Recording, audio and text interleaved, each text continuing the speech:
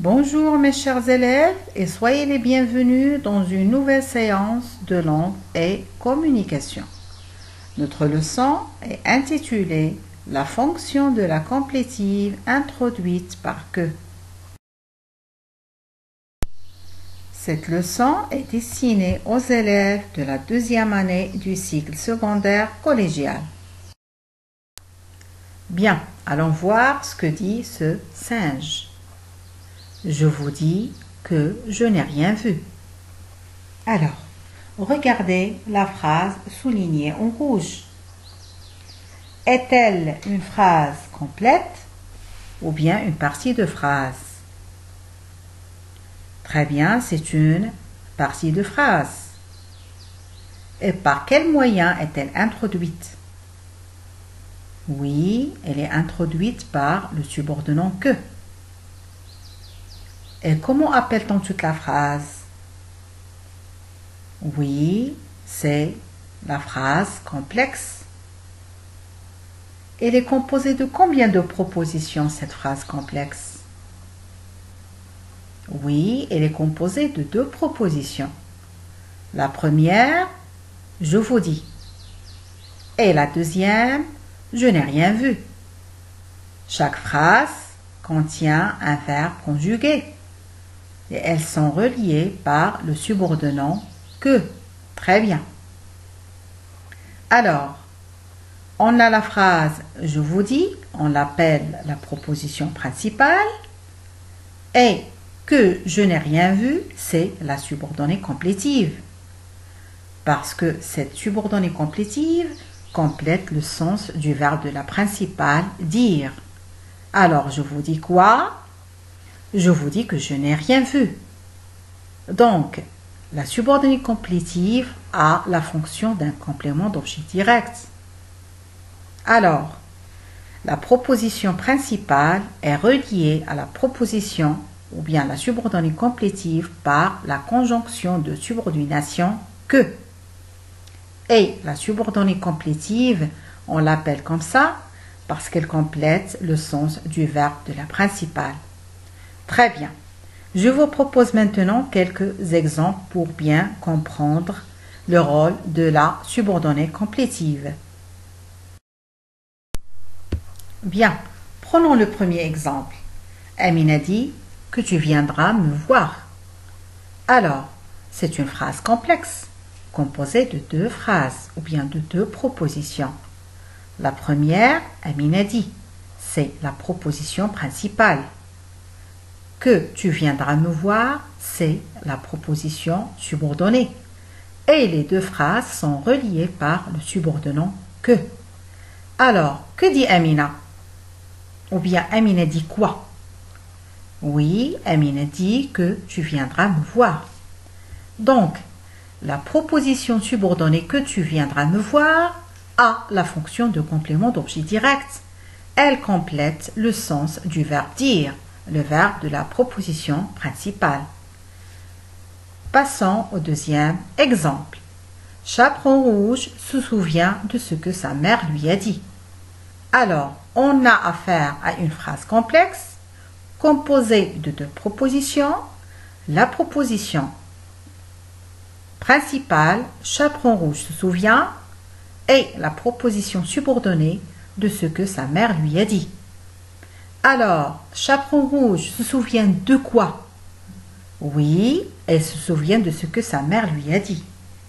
Donc, de ce que sa mère lui a dit a la fonction de complément d'objet indirect. Très bien. Alors maintenant, on va découvrir les modes et les temps auxquels se conjuguent les verbes de la proposition complétive.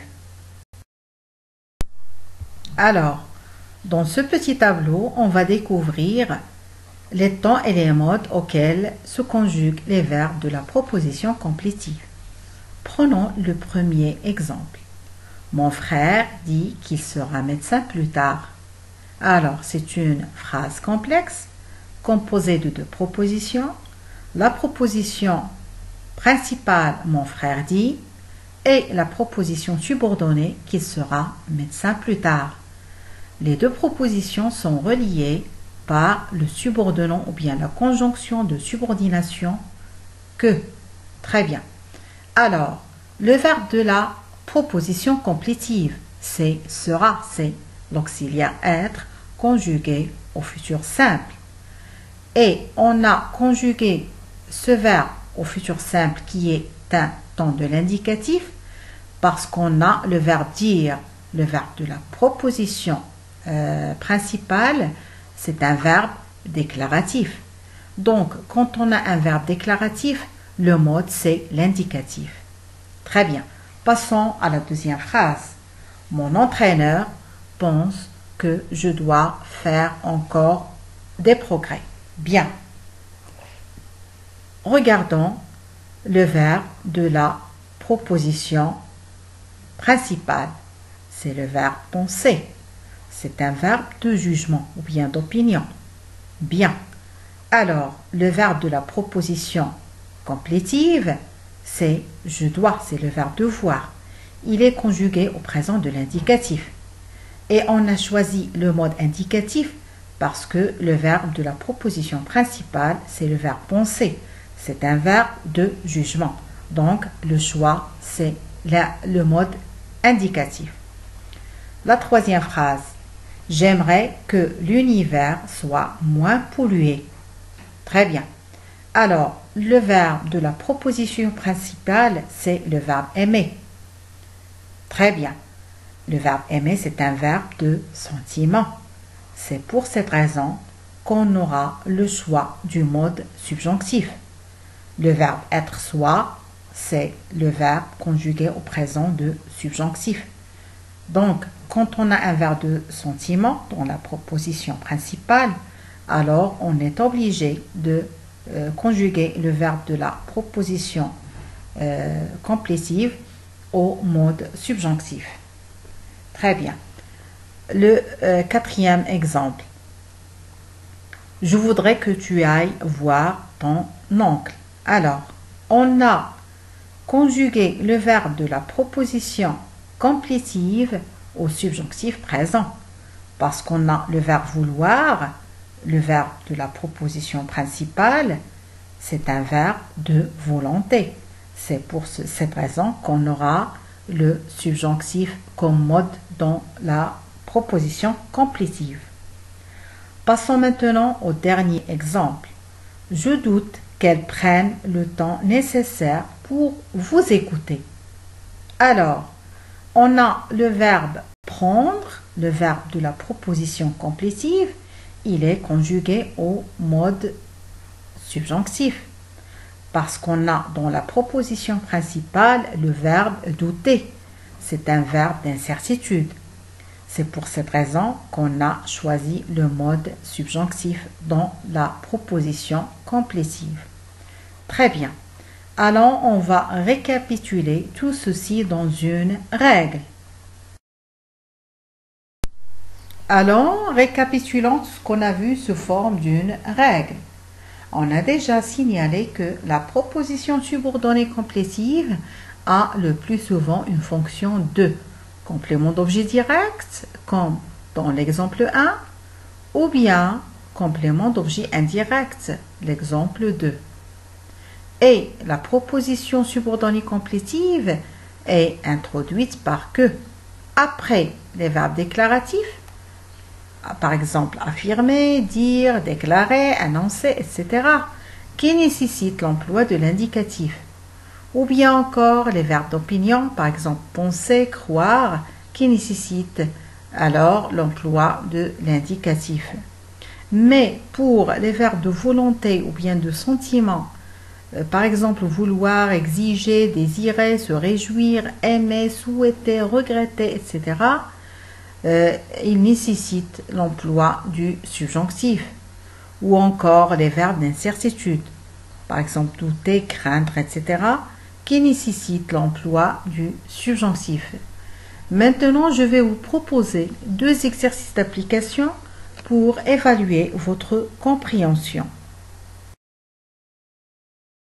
Bon, pour le premier exercice, vous devez préciser la fonction de la complétive. Est-elle complément d'objet direct ou bien complément d'objet indirect. A. Je préfère que tu le fasses toi-même. B. Elle espère que tu viendras bientôt. C. Nous sommes certains que vous comprendrez. D. Il veut que toute la classe réussisse. E. Elle doute que le document soit authentique. F. L'avocat est persuadé que son client est innocent. Passons maintenant au deuxième exercice. Vous allez mettre le verbe entre parenthèses soit au subjonctif, soit à l'indicatif. A. Je désire que vous, le verbe venir avec nous. B. Je pense qu'il, le verbe être trop tard.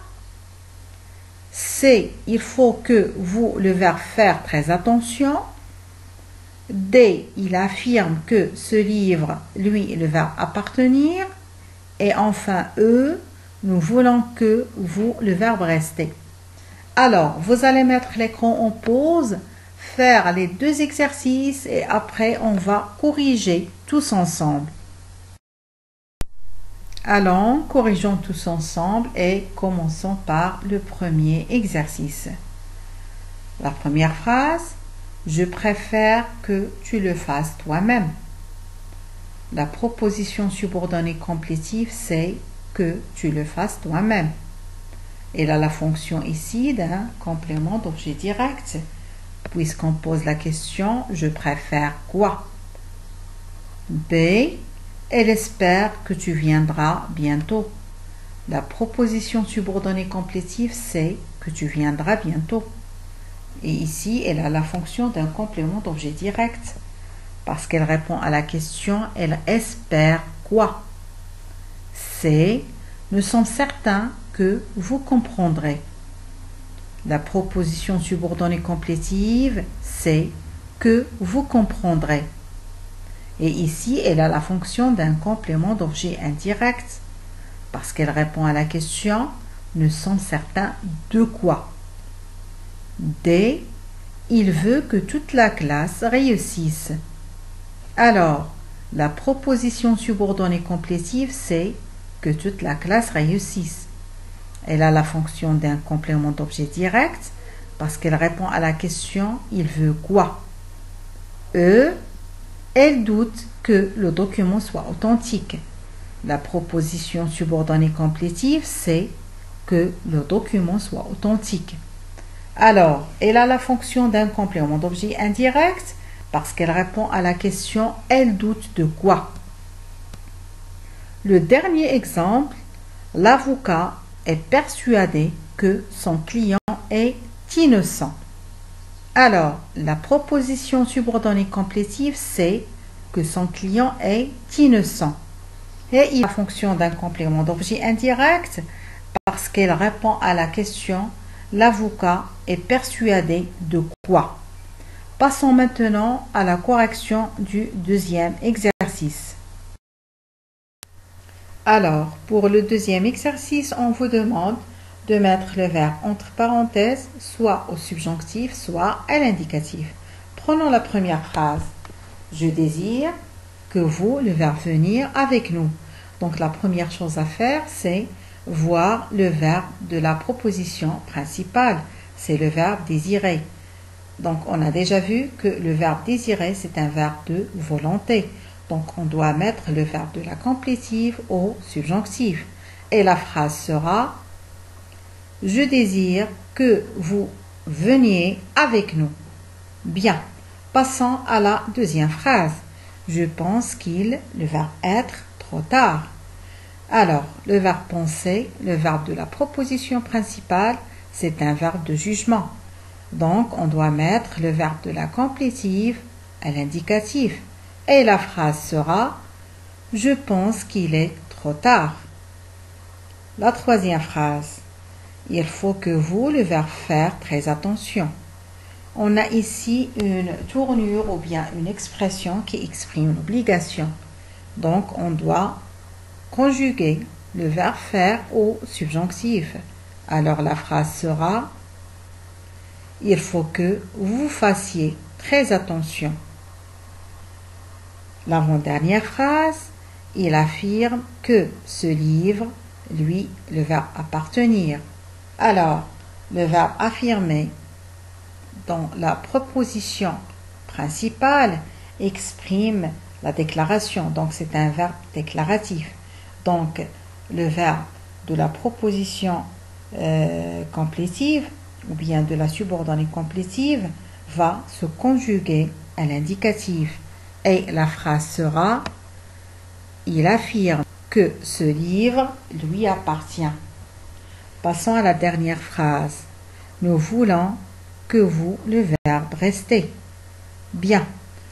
Le verbe de la proposition principale vouloir, c'est un verbe de volonté. Alors, on va conjuguer le verbe rester au mode subjonctif. Et la phrase sera: nous voulons que vous restiez. Notre cours tient sa fin. Je vous remercie énormément pour votre attention et je vous donne rendez-vous la prochaine séance. À très bientôt.